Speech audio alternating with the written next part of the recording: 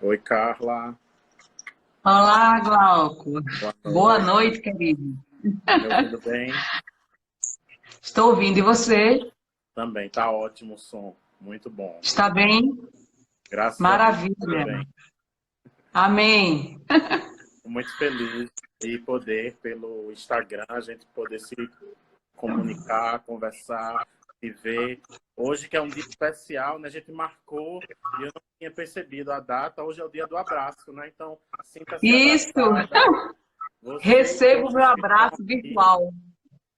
Já estamos aí com mais de 16 pessoas aí online e eu fico muito feliz. Gratidão por todos. Sejam muito bem-vindos para essa Isso. live falando de um tema tão importante, né? Que é o sono. É uma coisa que a gente faz todo dia, é dormir, mas infelizmente nem todo mundo sabe dormir bem e a gente vai dar algumas dicas, vamos fazer algumas reflexões para que a gente possa ter uma qualidade do sono. Não é isso, Carla? Eu queria que primeiro você se apresentasse também, os meus seguidores, meus amigos que estão aí, alguns já lhe conhecem, outros não. É importante você se apresentar, tá? Primeiro eu quero agradecer, né, o convite de Glauco e quero dizer também que já teremos uma outra live, né, Glauco? Iremos informar a data ainda, tá certo? E quero dizer a vocês que minha formação, eu sou assistente social. Implantei a Ouvidoria Geral do Estado, trabalhei muito com os servidores do Estado, elaborei a cartilha da sede moral do Estado, inclusive a revista científica também na área de ouvidoria. Implantei a Ouvidoria Geral do Estado, a rede de ouvidores do Estado de Pernambuco. Tenho especialização em psicologia social e organizacional, e o meu interesse pela área da saúde mental se deve pela quantidade de denúncias que eu recebi ao longo dos anos por parte dos servidores do próprio Estado, tá certo? Denúncias relativas ao adoecimento no ambiente de trabalho, né? Denúncias relativas à questão de transtorno de ansiedade, assédio moral e tantos outros temas que são inerentes à área de saúde mental, tá certo? Então, você é o psicanalista, né? Eu sou assistente social, mas eu quero dizer a você que acompanhei muitos funcionários do Estado, muitos. Inclusive, quando eu me aposentei agora, ainda continuei essa labuta, né? Fazendo palestras no Poder Executivo Estadual como um todo, né? Eu posso dizer que estive em todos os hospitais do Estado, né? Todos os órgãos do Estado eu dei palestra, tá certo? Isso aí não é propaganda, não, isso aí é a realidade concreta, né?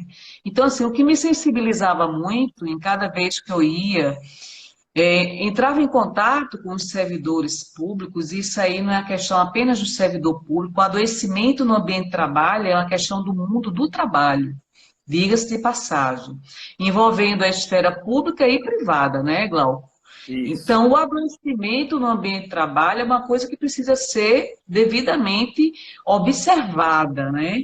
Eu acompanhei de perto muitos trabalhos da área de recursos humanos, de diversos órgãos, tá certo? E, assim, o que me causa profunda compaixão é observar o semblante do adoecimento de um funcionário dentro de uma organização, sabe? Fica muito fácil você identificar isso, não é? E eu fiz uma live sexta-feira passada sobre transtorno de ansiedade, então os nossos dados estatísticos são alarmantes. Ou seja, nós somos no ranking mundial o primeiro na escala de insônia. Veja só que Acredito coisa, que né? é algo absurdo. É grave, é. Na área de ansiedade, estamos em primeiro lugar, E né? aí você vê Na muitas América pessoas Latina, usando estamos em quinto remédios, lugar. o uso Hã? de remédio muito grande, né? É impressionante. E aí, começando a entrar um pouco sobre esse tema que a gente vai abordar hoje, que com certeza a gente não vai esgotar, né, Val? É É, impossível, né? É isso, impossível, a gente vai só pincelar, né? isso. Mas É uma é uma conversa tentativa, que vai é um trazer uma bate-papo questão séria, né? Um tema muito sério que precisa ser muito sério. observado, porque às vezes as Isso. pessoas veem a insônia como se já fosse normal a pessoa não dormir bem, ou a pessoa ser dependente. Tem gente que realmente é viciado, né, em remédio para dormir e Isso, acha isso isso, normal. E não é. isso. A gente precisa entender que o remédio é uma droga, né, e que dormir bem é muito importante para a saúde. Então a gente precisa conscientizar as pessoas para ter qualidade de vida. Mas pode ir falando. Então, assim, nós temos 73 milhões de brasileiros diagnosticados no quadro da insônia, certo? É muita Isso é um gente. dado alarmante. Claro que esse dado refere-se a antes da pandemia, não É. é? Eu estava assistindo um vídeo de um psiquiatra da USP, Marco Abudi, e ele nos fala que foi feito recentemente uma pesquisa no Rio de Janeiro, na Universidade Federal do Rio de Janeiro, através de psicólogos. Isso foi publicado no jornal, um dos maiores jornais de circulação na área médica do mundo, chamado Lancet. E essa pesquisa revela que o número de depressão dobrou 100% no nosso país. Nesses 40 dias de pandemia, Glauco, isso é muito sério, tá Muito. certo? O que a gente está falando é saúde mental como um todo, né? Então, falar sobre insônia, nós estamos também nos reportando muitas vezes, não 100%, mas muitas vezes aos quadros de ansiedade, depressão, fobia e tantos outros transtornos de ansiedade, né?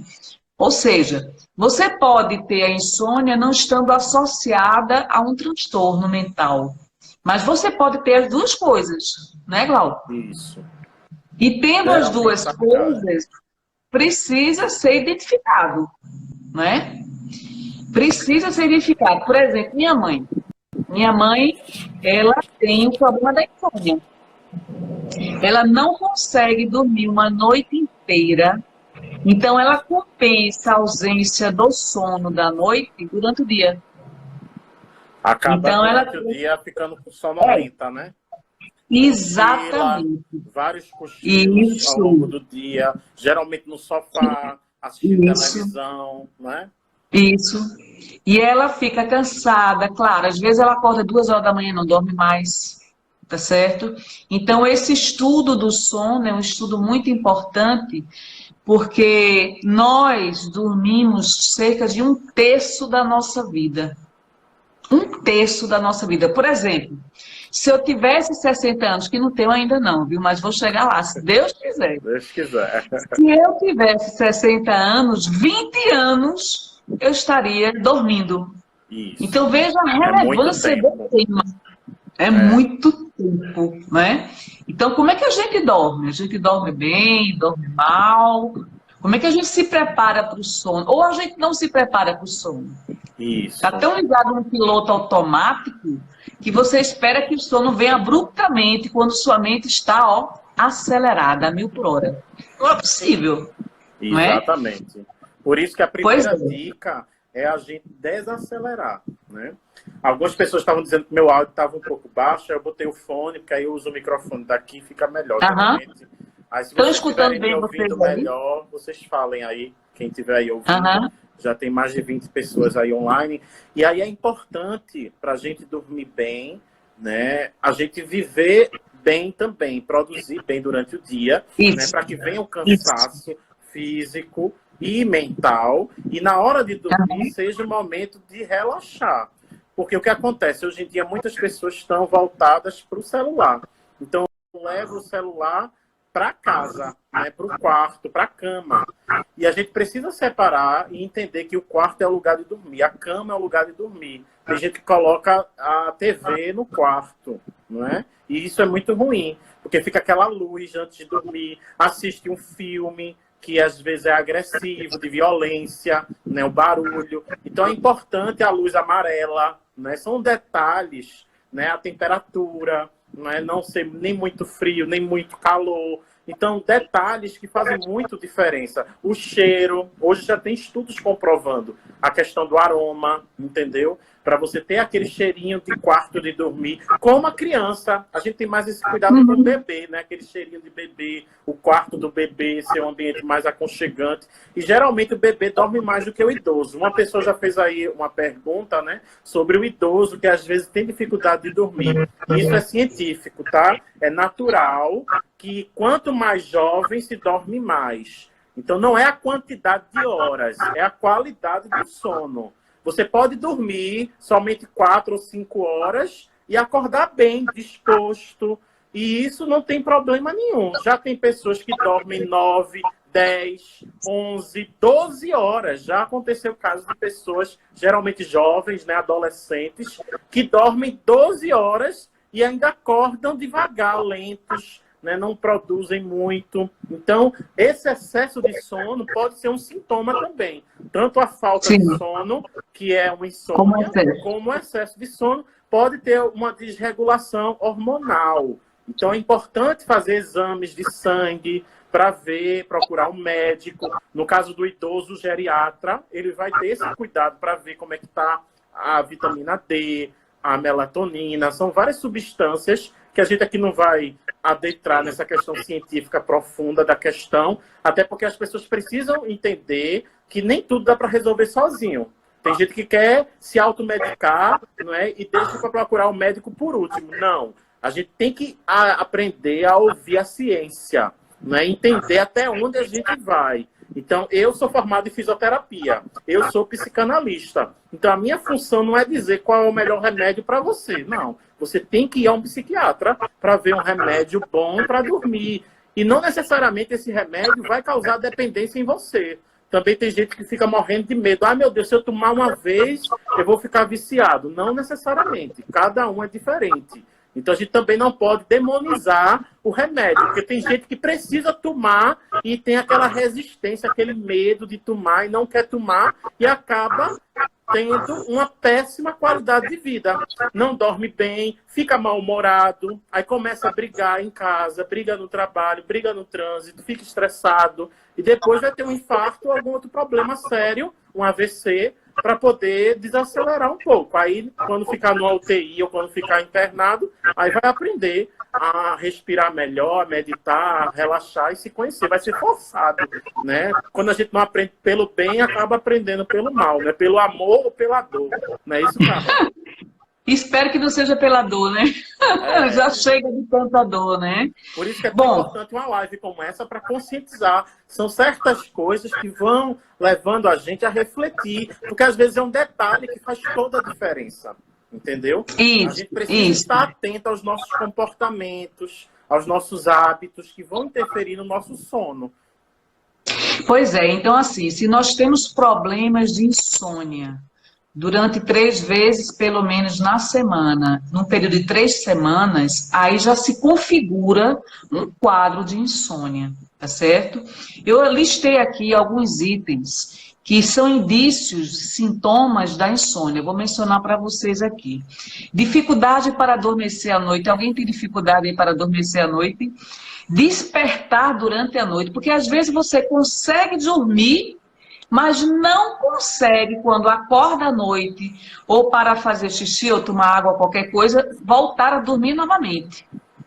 E ainda tem uma outra situação, você consegue dormir, mas quando acorda de manhã, acorda exausto, cansado, mesmo que tenha dormido 7, 8 horas durante a noite, tá certo? Despertar muito cedo, não se sentir descansada após uma noite de sono, cansaço ou sonolência diurna, ou seja, cansaço ou sonolência durante o dia, irritabilidade, quem dorme mal acorda irritado, depressão ou ansiedade, dificuldade para prestar atenção, concentrar-se em tarefas, ou se lembrar de coisa importante, porque nós sabemos que noites mal dormidas afetam o funcionamento do cérebro. Isso. E como afetam o funcionamento do cérebro, diminui a sua capacidade cognitiva, tá certo? Afeta você fica com o memória. pensamento mais lento, né?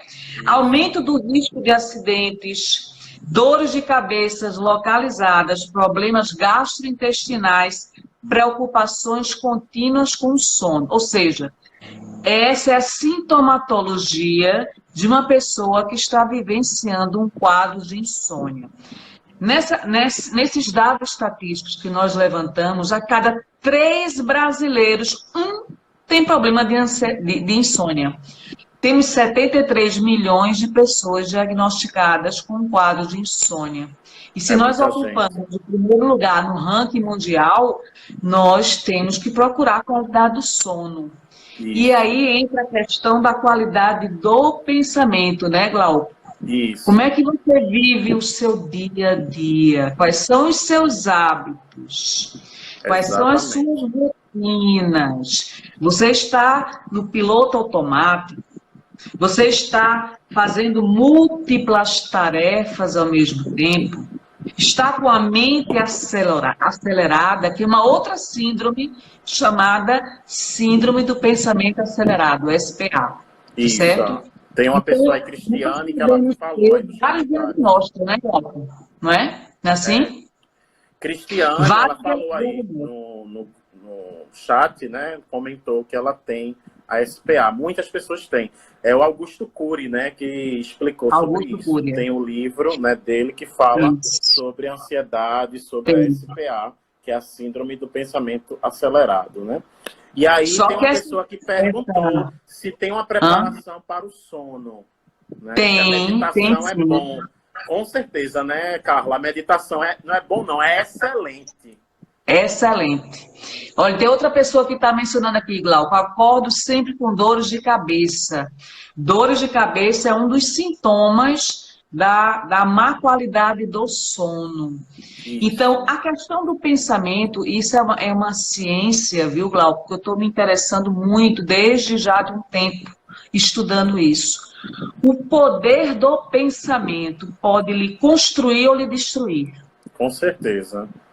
Quando você não seleciona bem os seus pensamentos, você vai ter as consequências dos maus pensamentos. Os maus pensamentos geram emoções que lhe trazem mal-estar, angústia existencial, e você carrega tudo isso para a cama. Exatamente. Muitas vezes você está rememorando coisas que aconteceram há 2 anos atrás. Revivendo, chama-se ruminação mental. Né? Lembra isso, é um clichê mental. Vaca, né? O animal que fica digerindo. Então tem a ver é um clichê mental. Tanto que, às vezes, se você está com o estômago cheio demais, você não consegue dormir bem, porque gasta energia para digerir. Então, por exemplo, evitar carne vermelha, que é um alimento que requer uma digestão muito grande à noite. Evitar o café, por exemplo. Né? Então, tem gente que toma muito café. A cafeína ela vai interferir no sono. Tem a questão do exercício físico. Né? Tem uma pessoa que perguntou aí, né, sobre essa questão do exercício físico à noite. Para algumas pessoas não é bom. Você pode fazer um exercício físico leve, uma caminhada, uma coisa leve. Mas, se for um exercício físico pesado, às vezes pode trazer prejuízo no sono também. Cada caso é um caso. Nada que lhe agite, né? Isso. Nada que lhe agite. Uma coisa agitada não vai ajudar você a dormir bem. Geralmente é melhor você fazer exercício físico durante o dia, né? À luz do sol. Então, você precisa respeitar também a questão da luz. Vai influenciar muito nessa questão do sono.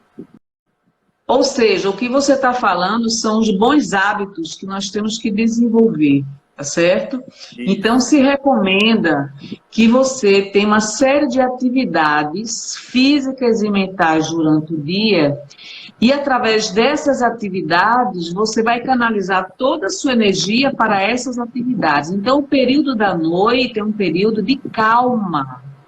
É um período que você vai dar uma debreada no seu ritmo. Não queira, à noite, ter o mesmo ritmo que você teve durante o dia. Então, cuide da sua saúde através de um aprendizado. Então, uma refeição leve, tomar um banho morno à noite, já calma, não é isso? Nós prepararmos o ambiente do quarto para que nós possamos ter pouca luminosidade, para que essa luz não ofusque a nossa mente. E para que nós possamos ir habituando o cérebro, para que naquele momento nós estamos totalmente voltados para dormir. Então, eu não tenho que estar escutando músicas altas, músicas eletrônicas, eu não tenho que levar celular para a cama, que é o que muita gente faz nos dias atuais, não é? Eu não tenho que estar no meu quarto, na minha cama, com tablet, vendo muitos recursos audiovisuais. Então, existe uma série de recomendações. O momento de dormir é o momento em que você tem que estar relaxado, calmo, em serenidade mental. Não leve problema para a cama. Procure tranquilizar-se mentalmente. Faça todo um ritual para que seu corpo vá se preparando para adormecer. E não trave uma luta contra o sono. Isso. Se você perceber que deitou na cama, depois de meia hora não conseguiu conciliar o sono, se levante. Se levante e faça outra coisa. Agora, não fique lutando contra o sono, certo? Porque é um duelo que provavelmente você vai perder. Eu já passei por isso, viu, Glauco? É horrível. Já passei inúmeras vezes por isso. Então, dava 1 hora, 2 horas, 3 horas da manhã. Teve uma vez que eu passei a noite inteira sem dormir. Eu estava acabada no outro dia. Acabada. É muito Então, ruim. a gente vai aprendendo algumas técnicas. E nessas técnicas, você vai aprendendo a cuidar de você mesmo. Ou seja, Isso. do mesmo jeito que eu tomo banho, troco minha roupa, faço minha refeição da noite leve, evito cafeína, evito fumar 2 horas antes de dormir. É melhor não fumar, tá certo? Eu não sou fumante, mas algumas pessoas não conseguem. Então, a recomendação é que 2 horas antes de você dormir, não fume, não beba. Por quê? Porque a bebida altera os ciclos do sono. Existem vários ciclos do sono. Tem pessoas que não conseguem dormir com profundidade. Ou seja, fica na fase 1 e na fase 2 do sono. Não chega na terceira. E aí não conseguem recompor toda a necessidade que o corpo necessita. E refazimento das energias, do relaxamento da própria musculatura. Então, dormir hoje, por incrível que pareça, é uma arte. E essa arte se aprende. Quem enfrenta dificuldades, não desanimem, tá certo? Porque tudo se aprende. Do mesmo jeito que nós aprendemos, né, Glauco? Todos podem aprender. Então, o que nós observamos é que bons hábitos relativos à higiene do sono faz com que nós tenhamos uma melhor qualidade de sono. Se durante mais de 3 semanas os sintomas continuam, essa insônia pode se tornar crônica. E você precisa de um diagnóstico. E esse diagnóstico que tem que fazer o médico, o psiquiatra, tá certo? Aqueles que são especializados na medicina do sono, ok? Então, existem profissionais especializados da área que poderão lhe indicar toda uma terapia. Existe o TCCI, Terapia Cognitivo-Comportamental da Insônia, que é um método natural de técnicas, que você não necessariamente precisa tomar medicamentos, não é igual? Exatamente, é importante isso. Você reprograma a sua mente para dormir. Porque se você associa a cama a um período de luta contra a insônia, jamais aquela cama vai ser prazerosa. Não é? Quer comentar alguma coisa sobre isso, não? É, justamente que existem outras alternativas além do remédio. Em alguns casos, o remédio ele é importante, mas em outros casos, às vezes, não é necessário. Só que é mais prático, né? Eu chegar numa farmácia, comprar e tomar. Mas tem outros remédios mais naturais que agridem menos o nosso organismo, né? Um chá de camomila, por exemplo, né? Um suco de maracujá. Erva Tem cidreira. remédios que são fitoterápicos, né? A erva cidreira é Isso, maravilhosa. Então, é importante isso. primeiro experimentar. Agora, claro que não é milagre. Tem gente que diz, eu tomei uma vez e não serviu. Mas não é uma vez só. Você tem que ficar tomando com frequência para que possa surtir o efeito. E o psicológico, ele é fundamental. Então, se eu vou tomar já acreditando que aquilo dali é fraco, então não vou conseguir. Existe o efeito placebo. Então, tem gente que é dependente do remédio porque já colocou na cabeça que precisa do remédio para dormir. E um dia que não toma, já não dorme bem, porque já ficou condicionado. Então, um reflexo condicionado.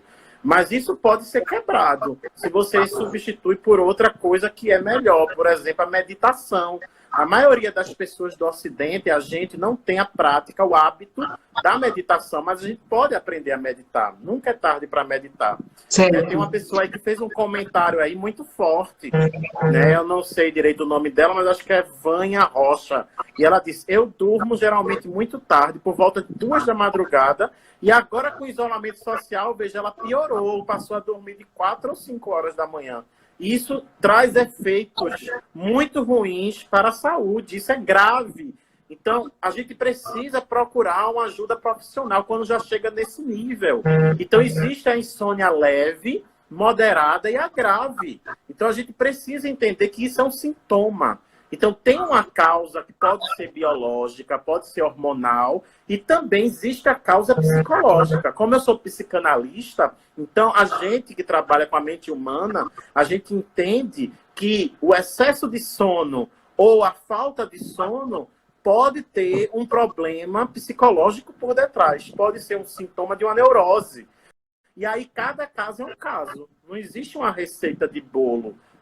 A gente não pode generalizar, mas a gente precisa entender que para o inconsciente é fundamental ter um bom sono e ter sonhos. Então, os sonhos, eles são muito importantes para elaborar as ideias, para que a gente possa tomar decisões corretas com sabedoria, que é uma prática que hoje em dia a gente não está dando tanta atenção, que é prestar atenção nos sonhos, comentar os sonhos com os amigos e os parentes e perceber a mensagem, o recado que está por detrás do sonho. Então, tem como a gente interpretar esse sonho de maneira científica. O próprio Sigmund Freud, ele escreveu um livro chamado A Interpretação dos Sonhos. Então, a psicanálise, ela trabalha muito nessa linha dos símbolos, da simbologia que está por detrás dos sonhos. O Carl Gustav Jung, que foi durante um tempo amigo de Freud, depois acabou se separando e desenvolveu a psicologia analítica, ele trabalhava também com essa questão dos sonhos com os seus pacientes. É uma das coisas importantes, a gente anotar os sonhos, ter um caderno, né, fazer um diário dos sonhos e procurar entender esses sonhos. Às vezes a gente não entende na hora, só depois de um tempo é que a gente vai entender, porque tem sonho que é premonitório. Você pode sonhar com algo do seu passado, da sua infância, ou com algo que ainda vai acontecer no seu futuro. E isso tem relatos históricos comprovados disso. A própria Bíblia, né, tem vários fatos nesse sentido, que na época eram chamados de profetas. Então, é uma realidade que vai além da visão materialista científica. Mas ainda bem que hoje em dia a ciência também está olhando esse lado espiritual. A espiritualidade está cada vez mais sendo comprovada pela própria ciência, que durante tanto tempo foi materialista e houve essa divisão, essa separação, mas hoje em dia está tendo muitos estudos científicos comprovando essa questão da espiritualidade. Por isso que é importante a oração. Eu, como psicanalista, eu falo para os meus pacientes orar, fazer oração. Às vezes as pessoas não entendem, mas você está misturando com religião. Não, eu não falo de religião, eu falo de oração. Independente de que religião for, o católico, o protestante, o espírita, o pessoal, né, budista, ou até quem não tem religião, a pessoa pode ser agnóstica e ter a prática da oração. E isso é importante porque é uma maneira de meditar também. Uma oração, se você faz bem concentrado, mantendo foco, isso vai ajudar muito para que o sono seja bom, para ter uma noite tranquila. vai interferir demais nessa questão do sono. Agora, uma questão que eu queria colocar é a questão da preocupação. A preocupação gera mal-estar e desequilíbrio. É o excesso dos pensamentos. Então, existe uma técnica que é bastante útil. Diante de um pensamento, você se pergunte: este pensamento em que contribui para enfrentamento e solução do meu problema? Se esse pensamento não me contribui em nada, para que eu estou pensando? Então, selecionar os pensamentos é uma capacidade de escolha que todos nós temos. Existe uma pesquisa americana que nos fala que nós emitimos entre 50 a 70 mil pensamentos por dia. Desse montante de pensamentos que nós emitimos diariamente, apenas 8% diz respeito a fatos concretos. Nossa. Ou seja, nós estamos desperdiçando muita energia mental. Exatamente. E essa energia mental nos é profundamente necessária para o nosso equilíbrio mental, espiritual, psicológico e todos os alvos que queiramos incluir na lista aí. Então, comecemos agora a enfrentar os nossos pensamentos. Por que eu estou pensando isso? Por que eu estou pensando com esse excesso de preocupação sobre algo que não aconteceu e que talvez nunca venha a acontecer, que se chama ansiedade? Ansiedade, ela diz respeito ao futuro. E normalmente ela é uma sensação desagradável. Ou se eu estou prisioneira de um passado, de fatos e situações que ocorreram e que eu não soube lidar com esses fatos e situações, que se chama depressão. Ou seja, concentre-se no aqui e no agora. Ocupe a sua mente da melhor forma possível. Escolhi essa roupa agora, vou escolher os pensamentos que me convêm. E aqueles que não me convêm, simplesmente direciono o foco para uma outra direção. Então, reserve um tempo do seu dia para anotar quais são as suas preocupações. Anotou essas preocupações, coloque ali no papel. E não gaste mais energia durante o resto do tempo do dia pensando em coisas que você muitas vezes não tem governança. Você não consegue administrar, são variáveis que não dependem de você. Então, ocupe o seu tempo de uma forma extremamente proativa, objetiva. Esta preocupação, como eu posso solucionar? Se eu posso solucionar, que eu faça o que for possível. Se eu não posso solucionar, não depende de mim, eu devo evitar estados de angústia, de aflições e ansiedade que vão roubar a minha energia mental.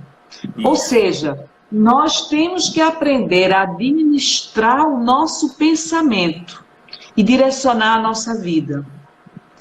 O nível de ansiedade, vou dar um exemplo, muitas vezes é tão grande.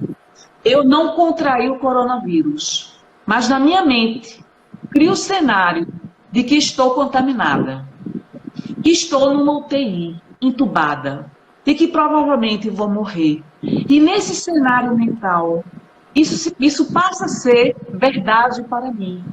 Imagine quais são as sensações que eu estou desenvolvendo através do pensamento indevido. Então, nem tudo me convém. Tudo me é lícito, mas nem tudo me convém. Então, saber fazer uso da energia mental é uma arte que nós aprendemos aos poucos. Nesse período de pandemia, distanciamento social, muitas pessoas estão adoecendo mentalmente. Estão adoecendo mentalmente por quê? Primeiro, excesso de informações. Informações que vão minando a sua resistência emocional. Informações que vão nocauteando a sua disciplina mental. E se você não tiver cuidado, daqui a pouco você começa a se sentir doente. Eu estou doente com sintomas. Tudo criado pela própria mente. Porque um quadro de doença física, ela é fato. Outro quadro de doença mental é aquilo que eu estou criando e alimentando todos os dias. Eu posso alimentar todos os dias a tristeza, Glauco? Claro. Eu posso alimentar Faz muito todos os mal. dias o desânimo? Posso.